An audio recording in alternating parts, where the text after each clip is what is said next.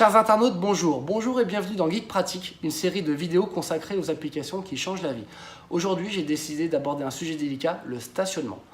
Comme 90% des gens, il n'y a encore pas si longtemps que ça, je ne payais pas le stationnement. J'avais la flemme de le parc-mètre, je n'avais pas forcément de monnaie sur moi. Tous les parc-mètres ne prenaient pas la carte bancaire encore, il n'y a encore pas si longtemps que ça.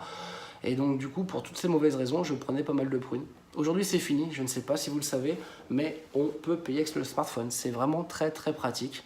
Il existe plusieurs applications, voilà, donc je vais vous proposer une petite présentation, voir comment ça fonctionne. Et puis voilà, suivez le geek.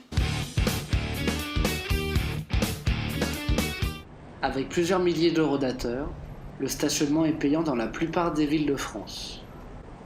Rien que l'année dernière, les infractions au stationnement représentaient près de 6,5 millions d'euros. Une manne pourtant sous-exploitée par l'État, quand on sait que près de 90% des automobilistes ne s'acquittent pas du paiement à l'eurodateur.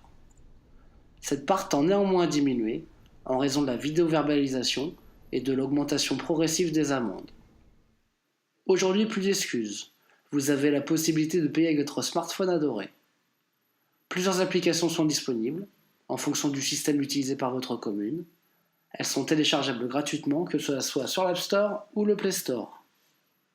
Simples à utiliser, puisqu'elles sont capables de vous géolocaliser instantanément, elles vous permettent de créer un compte, d'enregistrer une ou plusieurs cartes bancaires et de payer de façon sécurisée votre stationnement.